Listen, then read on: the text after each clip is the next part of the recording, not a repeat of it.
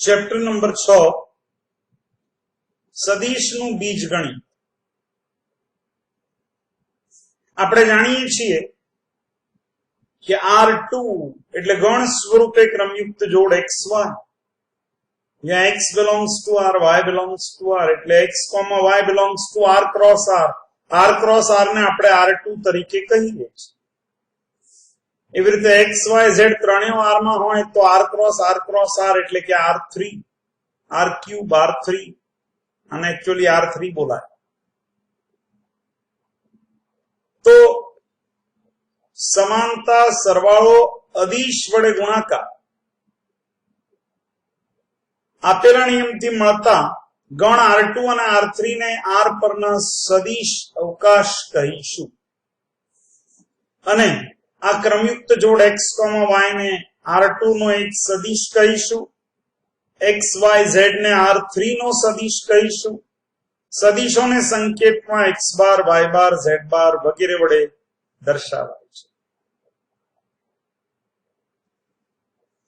યાદ રહે, જોડ અથવા ત્રય એટલે સદિશ, પણ એક અચળ સંખ્યા એટલે અદિશ. જોડ અથવા ત્રય એટલે સદિશ, એક અચળ સંખ્યા એટલે અદિશ. તો હમણાં આપણે જોડની વાત કરીએ એટલે R2 નો સદિશ, આ ત્રય છે, ત્રણ ઘટકો છે એટલે આ R3 નો સદિશ. પણ એકલું આલ્ફા લખવું, એકલું બીટા લખવું, એકલું 5 લખવું, એકલું 7 લખવું તો એ અદિશ રાશિ. સદિશમાં સમાનતા, બે સદિશો સમાન હોય તો એમને અનુરૂપ સ્થાને આવેલા ઘટકો પણ સમાન, એટલે x1 બરાબર x2, y1 બરાબર y2, z1 બરાબર z2. સદિશોનો સરવાળો એટલે અનુરૂપ ઘટકોનો સરવાળો. આ બે સદિશો છે એમનો સરવાળો એટલે પહેલા ઘટકોનો સરવાળો આવે, પછી બીજા ઘટકોનો સરવાળો, એનાથી બીજો ઘટક મળે, અને ત્રીજા ઘટકોનો સરવાળો, એનાથી ત્રીજો ઘટક. અદિશ વડે ગુણાકાર, કે એટલે અચળ સંખ્યા, અદિશ રાશિ, એનો આ સદિશ સાથેનો ગુણાકાર એટલે આ અદિશ રાશિને સદિશના પ્રત્યેક ઘટક સાથે ગુણ. સંવૃત્તા, x બાર સદિશ હોય, y બાર સદિશ હોય તો x બાર પ્લસ y બાર પણ સદિશ થાય. બિલોંગ્સ ટુ R3 એટલે સદિશ. ક્રમનો નિયમ x બાર પ્લસ y બાર બરાબર y બાર પ્લસ x બાર. જૂથનો નિયમ x bar plus y bar plus z bar is equal to x bar plus y bar plus z. જૂથનો નિયમ. તટસ્થ ઘટક x બાર પ્લસ 0 બાર બરાબર 0 બાર પ્લસ x બાર એટલે કે x બાર જ. એટલે 0 બાર ને શૂન્ય સદિશ કહે છે અને એના ઘટકો 0 0 0 લેવા. 0 બાર આને શૂન્ય સદિશ કહે છે, એના ઘટકો 0 0 0 લેવા. 0 બાર ને તટસ્થ ઘટક તરીકે ઓળખવામાં આવે છે સરવાળા માટે. વિરોધી ઘટકનું અસ્તિત્વ, x બાર નો વિરોધી સદિશ માઇનસ x બાર એવો મળે જ કે જેથી x બાર અને માઇનસ x બાર નો સરવાળો 0 બાર આપે. માઇનસ x બાર અને x બાર એકબીજાના વિરોધી ઘટકો, વિરોધી સદિશો છે એમ કહેવાય. આ જ રીતે જો x બાર R3 નો સદિશ હોય અને k કોઈ અદિશ રાશિ હોય તો અદિશ અને સદિશનો ગુણાકાર એ R3 એટલે ત્રય એટલે સદિશ થાય. યાદ રહે, અદિશ સદિશનો ગુણાકાર સદિશ હોય છે. અદિશ સદિશનો ગુણાકાર સદિશ હોય છે.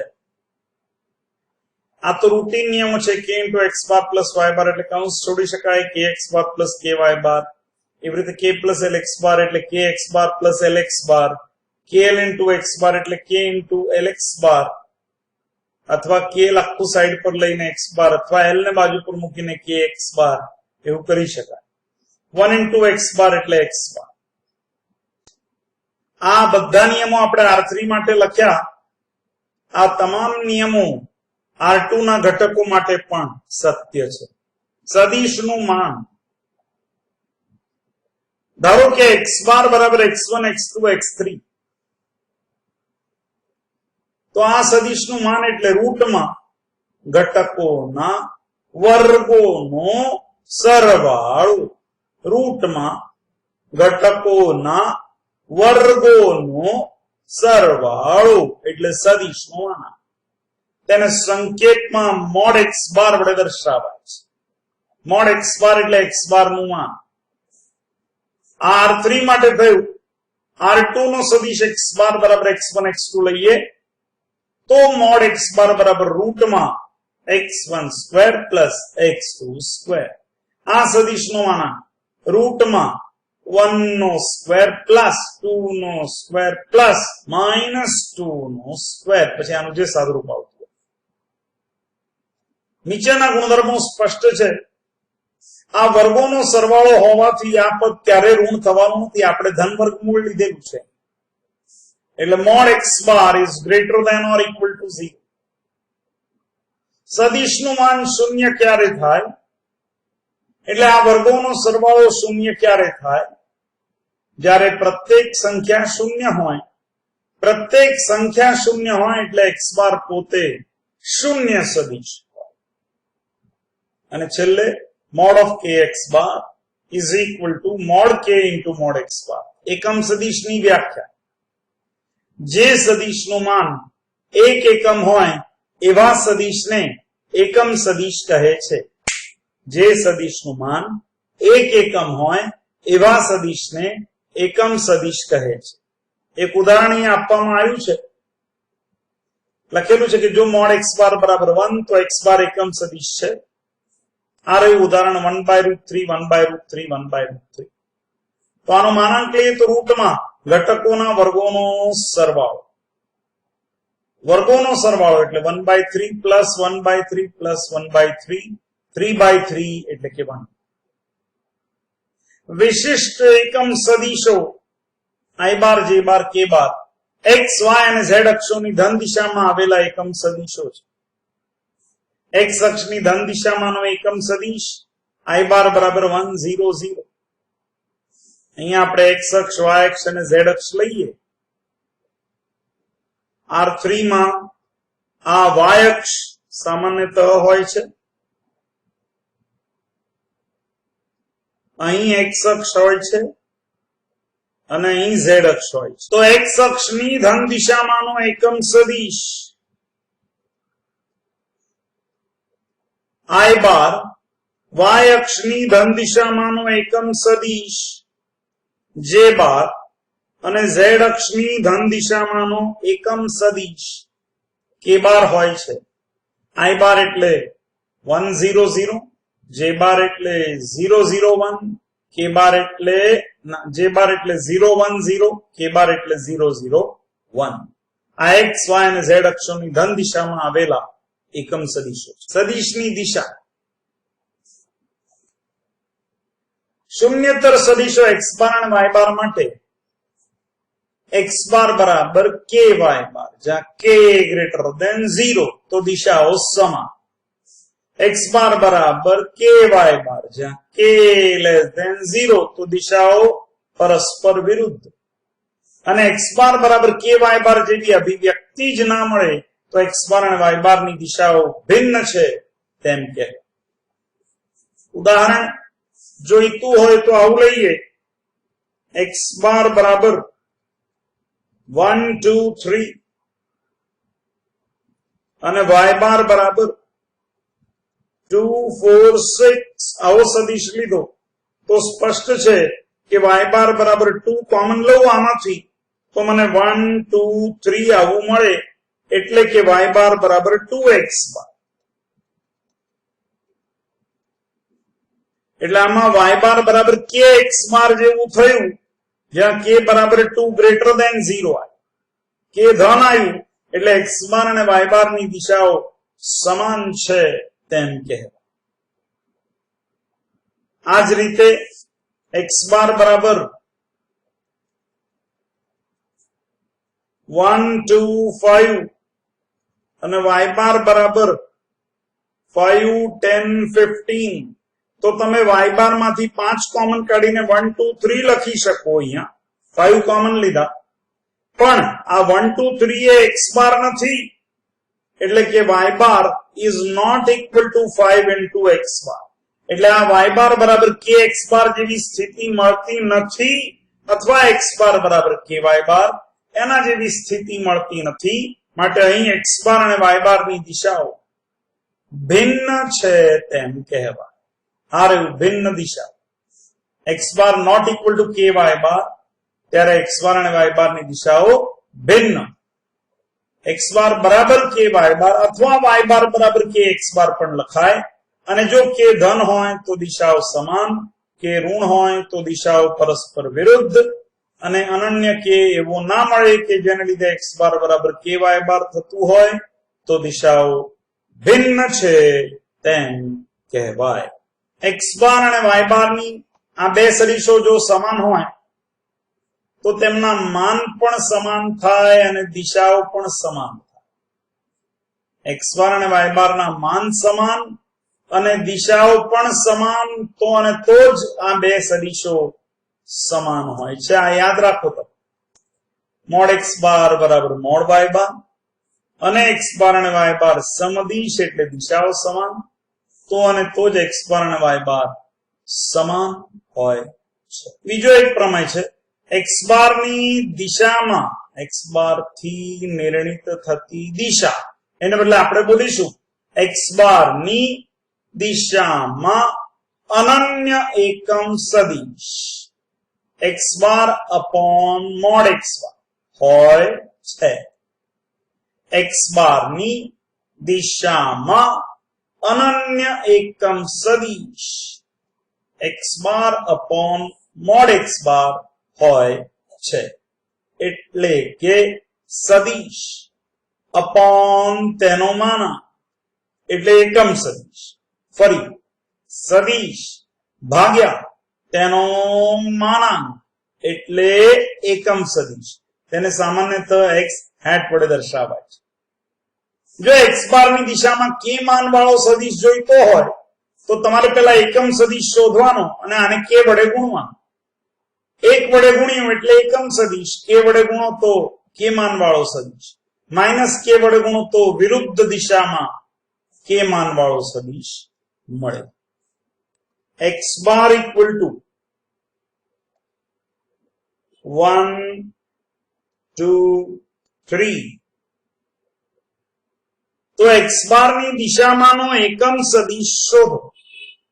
તો શું કરવું? તો પહેલા આનો માન શોધવાનો. એટલે મોડ x બાર બરાબર રૂટ ઓફ 1 પ્લસ 4 પ્લસ 9 એટલે કે રૂટ 14, અને પછી x બાર ની દિશામાંનો એકમ સદિશ x hat is equal to x bar upon mod x બાર. એટલે x બાર ના પ્રત્યેક ઘટકને મોડ x બાર વડે ભાગ, એટલે 1 upon root 14, 2 upon root 14, 3 upon root 14. આ છે x hat.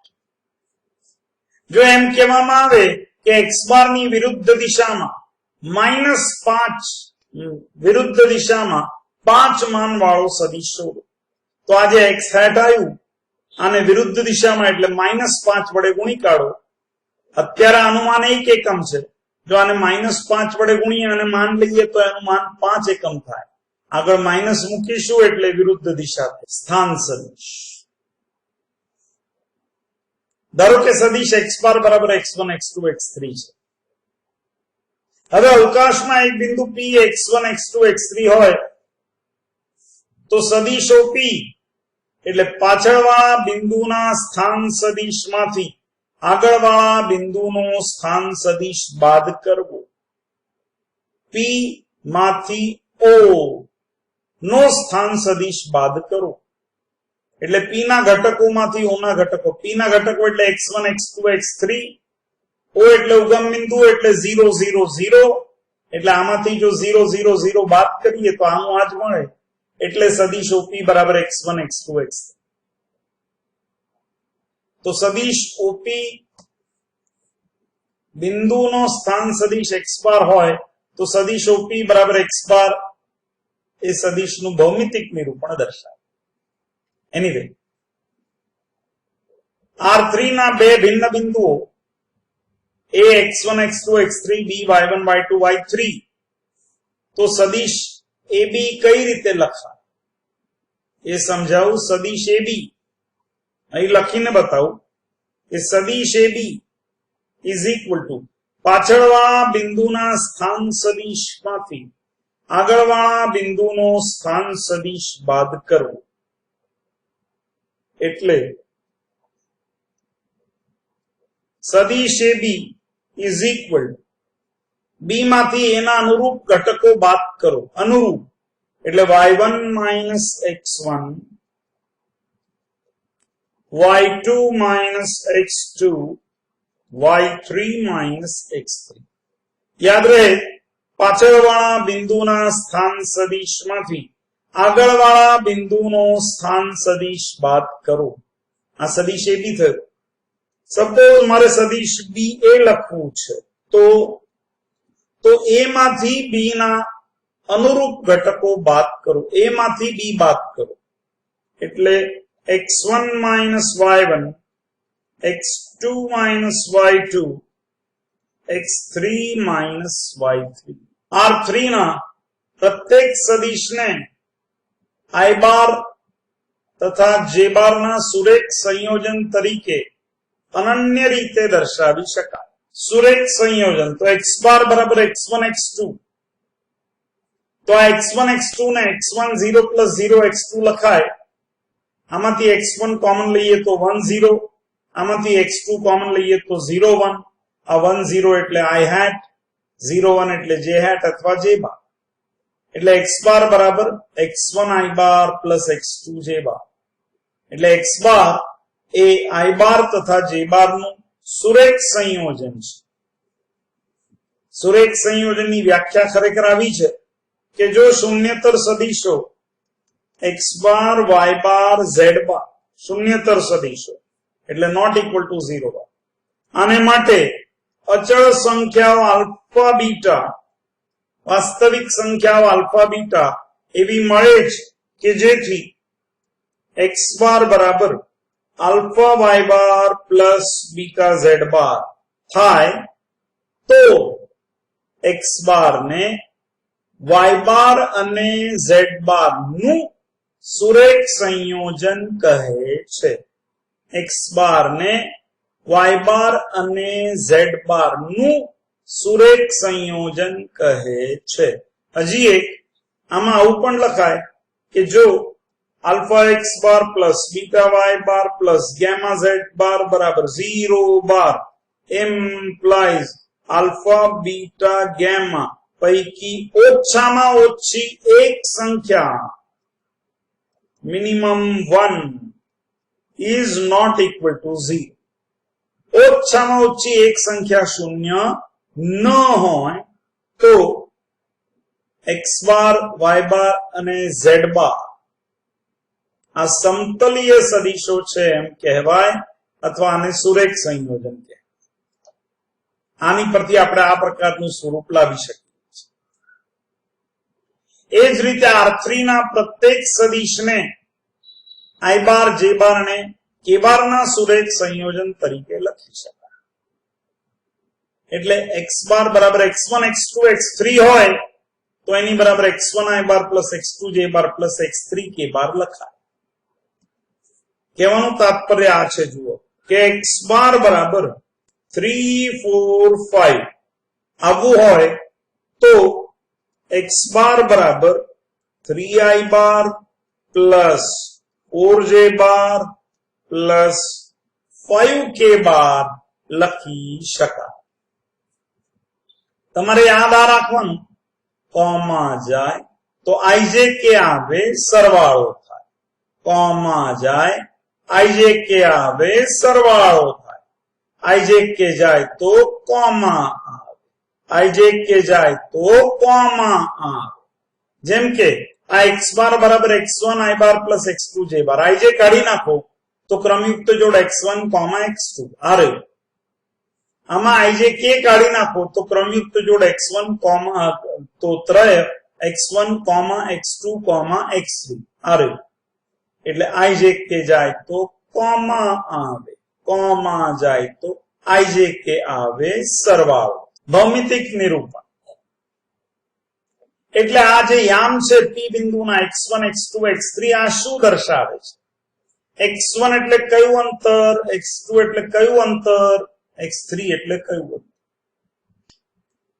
તો આ ઉગમ બિંદુ R3 માં સામાન્યતઃ આને x અક્ષની ધન દિશા અને y અક્ષની ધન દિશા અને આને z અક્ષની ધન દિશા તરીકે લેવા. x અક્ષ પર બિંદુ એ, x અક્ષ પર કોઈ પણ બિંદુ yz યામ 0, y અક્ષ પર કોઈ પણ બિંદુ xz યામ 0 અને z અક્ષ પર કોઈ પણ બિંદુ xy યામ 0. તો આ x1 શું છે? O થી A નું અંતર, આ અંતર x1. બેઝિકલી આ x અક્ષ, આ y અક્ષ અને આ z અક્ષ. તો આ જે પાછળ વાળો સમતલ છે એને કહેવાય yz સમતલ. કયો સમતલ? yz સમતલ. આ બાજુનું કયો સમતલ? xz સમતલ. નીચેનો કયો સમતલ? xy સમતલ. આ પ્રમાણે અહીંયા ત્રણ સમતલો જોવા મળે છે. તો એ બિંદુનો એક્સિયામ એટલે એ બિંદુનું ઉગમ બિંદુથી અંતર એટલે કે yz સમતલથી અંતર. એટલે એક્સિયામ એટલે yz સમતલથી અંતર. એક્સિયામ એટલે yz સમતલથી અંતર. વાયયામ એટલે આ અંતર એટલે xz સમતલથી અંતર. વાયયામ એટલે xz સમતલથી અંતર. અને ઝેડયામ એટલે આ અંતર એટલે xy સમતલથી અંતર. ફરી x, y અને z છે. એક્સયામ એટલે yz સમતલથી અંતર, વાયયામ એટલે xz સમતલથી અંતર, ઝેડયામ એટલે xy સમતલથી અંતર. આ રીતે આને યાદ રાખો. તો P બિંદુના યામ, તો P આ અંતર x1 એટલે આ પણ x1, આ પણ x1, આ પણ x1 એટલે P બિંદુનું yz સમતલથી અંતર x1 એટલે P નો એક્સિયામ x1.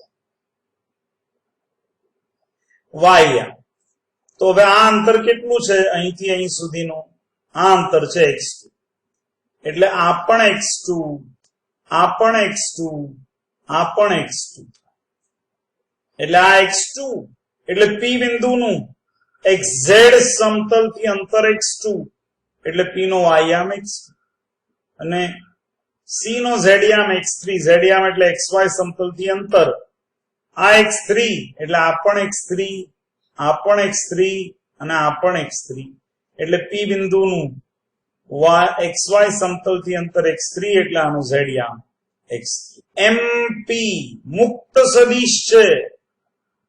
MP મુક્ત સદિશ છે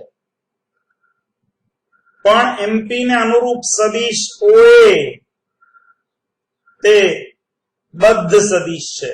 It is a bounded vector, it is a free vector. મુક્ત સદિશ છે.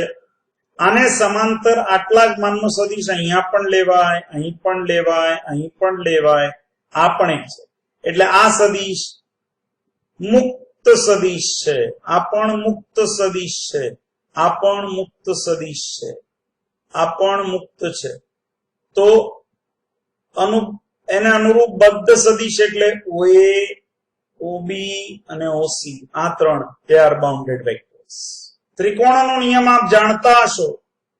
સદિશ AB પ્લસ સદિશ BC એટલે સદિશ AC.